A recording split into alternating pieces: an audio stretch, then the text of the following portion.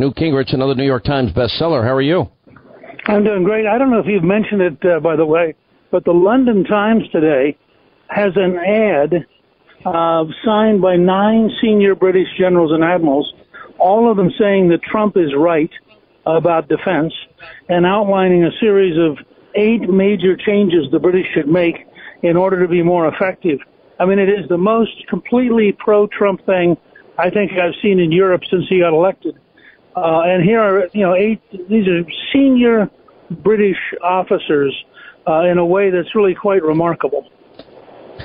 The president's warning to Germany, and with all the talk about, Vladimir Putin must have something on Donald Trump. After, all the fake news that he's beholden in some way to Vladimir Putin, if in fact Angela Merkel were to listen to Donald Trump and the billions of dollars of deals that they made with Russia and Vladimir, and again, we're spending all this money in large part to protect against Russia for Western Europe and our allies in Western Europe, that would end up crippling Russia's entire economy, which means that the biggest loser, if Germany listens, would be Vladimir Putin. And if I'm Putin, I'm thinking we can't, this is a real clear present danger to their economy.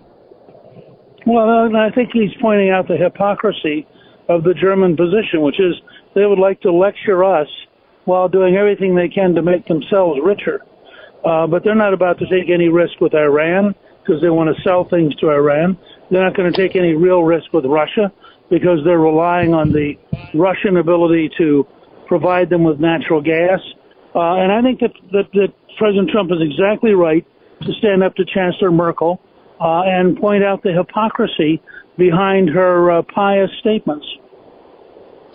Do you agree with me that the parallels to Reagan, for example, we're expecting protests here in London as the week unfolds, and maybe even after this match tonight, in the sense that people would be angry if Great Britain lost, if England lost. But I watch everything that's happening, and it reminds me, it's very reminiscent of Reagan, the evil empire, tear down this wall. The predictions that Reagan would start a nuclear holocaust. Donald Trump, fire and fury, little rocket man, my button's bigger than your button and mine works. And now telling NATO that they've got to start all of the alliance nations and even the Secretary General of NATO agreeing with President Trump that these nations need to step up and that it can't be on the United States, and warning Germany of their dependence on energy with Putin. It seems to me that the parallels are uncanny. Well, Craig Shirley is the most authoritative biographer of Reagan. And I asked Craig exactly this, and he came back and said that that's exactly right, that the hostility in 1981-82 to Reagan in Europe, funded in part by the Soviet Union, which was the primary funder of the various peace groups, that hostility was probably greater than the hostility to Trump today. And I think it's easy to look back and forget that. But Reagan had to have courage and had to persevere despite what was happening and despite the efforts on the other side. And I think that there's a lot of parallels. Yeah. Why is it Europe had a love affair with Obama, who went on an American apology tour, and the same Obama that tried, to bribe Iran, of which some of these nations were a part of, and literally bribed their way to peace? Because he represented them. I had a good friend who wrote me and said, maybe the reason that big crowd in Berlin greeted Obama so happily is they figured out he was more for them than he was for the United States. The Europeans were desperate for the Iranian deal because they want to sell goodies to Iran. This is not complicated. And the Europeans like to sound pious while filling up their wallets. But I think that we need to understand that there's a huge gap. The Germans are the worst, but frankly, there's a whole problem with the European Union and the folks who sit there in Brussels and run the bureaucracy. And you're seeing it start to be really under pressure from Poland, from Hungary, from Slovenia, from Italy, as people are just fed up with the way they've been exploited largely on behalf of Germany. One of the things, I think this is one great opportunity for the American economy and the American worker. I remember you started a campaign right here on this radio program, Drill Here, Drill Now, Pay Less. we have more natural gas that would satisfy our energy needs for hundreds of years, but also we could export that gas to our Western European allies, which is a greater, far less a threat to them than Vladimir Putin getting angry one day and turning off the spigot to 70% of, Germany's energy needs in their economy, the lifeblood of their economy. Of course, that's where Trump once again is showing that he's very clever, because what he's posed to Merkel is quit buying Russian gas and buy American liquefied natural gas, which would be a double win for us. It would weaken Putin and strengthen our economy. I think there may be enough pressure now, and it'll be very interesting to see Trump with Putin in Helsinki, because the whole question here of how this evolves, I think, is very real. And I think that Trump is feeling his way forward. I think he thinks that the last administration so badly mishandled what we're doing in the world that every single day he's sort of breaking the old rules and trying to find ways to better represent the United States. And as I said, when you have a whole group of senior British generals and admirals take out a full-page ad in the London Times to say Donald Trump is right, something really profound is starting to happen. I think you're right, and I agree 100%. It's just going to be interesting to watch this unfold, but the latest media freakout is, oh my gosh, Donald Trump said NATO needs to pay their fair share. And it's really stupid that if we're paying all this money in defense to do deals with Vladimir Putin so he controls 70% of your energy. And oh, by the way, America has energy resources too that we'd love to export to our friends and our allies in Europe, and that would be extraordinarily helpful, and it'll be good for the national security. It's win, win, win, win, win. But you see the freak out. You see the panic among the left. It's almost like they're programmed that yeah. Well, they are programmed. Look, they had a vision of how the world was going to work. They were going to sell out to the bad guys. They were going to cut nice little deals. Everybody was going to be happy. They were going to lie about what was going on. I always said that John Kerry, as Secretary of State, would go to any 4-star hotel in the world to eat at any 5-star restaurant and think of it as negotiating. And now, I always think of the Grey Poupon commercial with him. That's exactly right. And so now you have an administration where the Secretary of State graduated first in his class at West Point. So you can imagine the difference in tone. And that's, by the way, why the North Korean press went after Secretary Pompeo the other day, because he arrived in. Remember, the North Koreans were used to things like the Secretary of State Albright under Clinton dancing with the dictator, Kim Il-sung, the father of the current dictator. And so they were used to somehow being able to lie to us and have us come in and pretend everything was okay because we didn't want to be unpleasant. And I suspect that there was a certain amount of West Point toughness in Pompeo's briefings of the North Koreans, and I think they're genuinely shocked by it. Well, Trump is doing the same thing to Merkel, except he's doing it in public.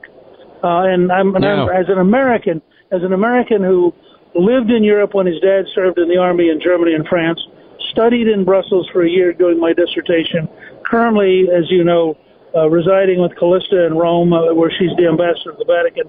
I have a reasonable sense of all this stuff, and I'm just telling you, it is great to see an American president who actually thinks American interests ought to come first.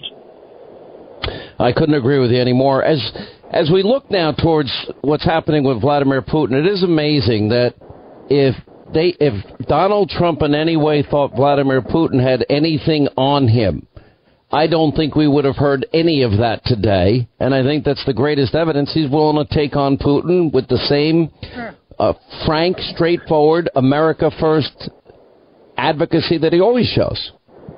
I'm beginning to think that at some point early in his life, he read a book on tough love and took it to heart.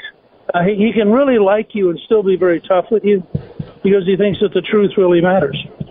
And that's a great deal of what I think we're seeing. I will pass on, by the way, my daughter Kathy Lubbers, who you know well, called me today and she said, do you think there's any chance that Trump's going to decide to hop over and actually be with Putin for the final game in the World Cup? And I don't think it'll happen, but I thought it was a very interesting idea.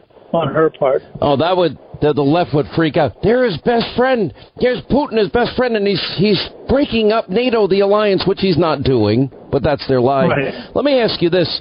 Bob Goodlatte, the House Judiciary Committee chairman, said today, because Lisa Page decided to defy her congressional subpoena, he said, it appears that she has something to hide. She plans to blatantly defy a congressional subpoena by refusing to appear for her deposition. She has known for months that the House Judiciary Committee has sought her testimony as part of our joint investigation with the Oversight Committee into decisions made by the Justice Department in 2016. She has no excuse for her failure to appear, and Lisa Page is a key witness, and it is critical that she come before our committees and answer questions on the investigations.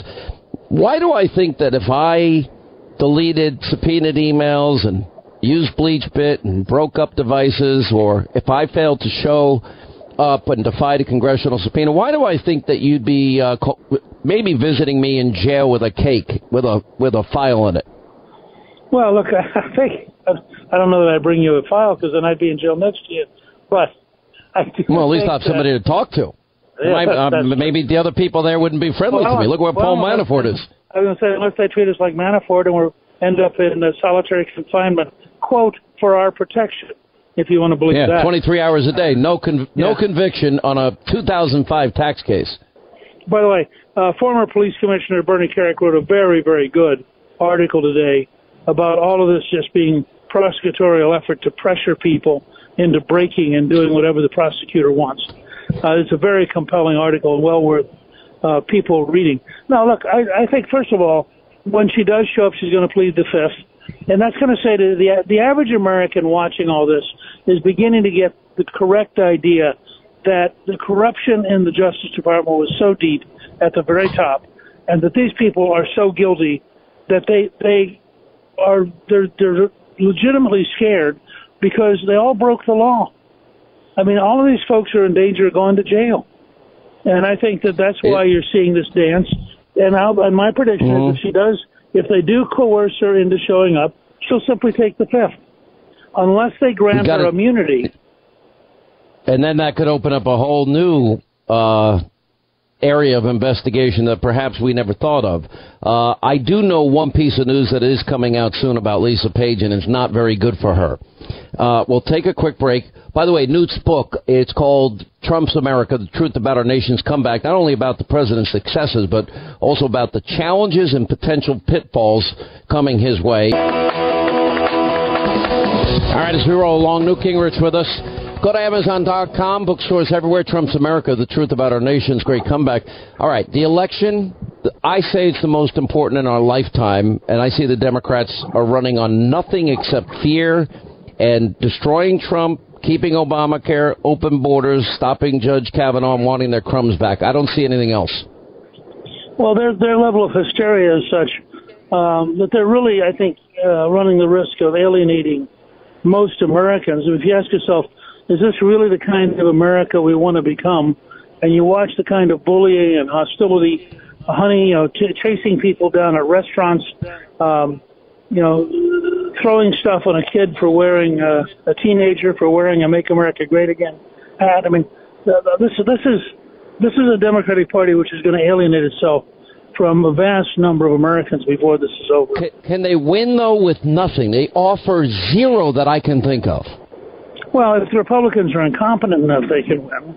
But if the Republicans methodically go out there, tell the truth, for example, about Senator Feinstein's open border bill, which every single Democratic senator co-sponsored, and make them held accountable for being for open borders, which would be a total disaster.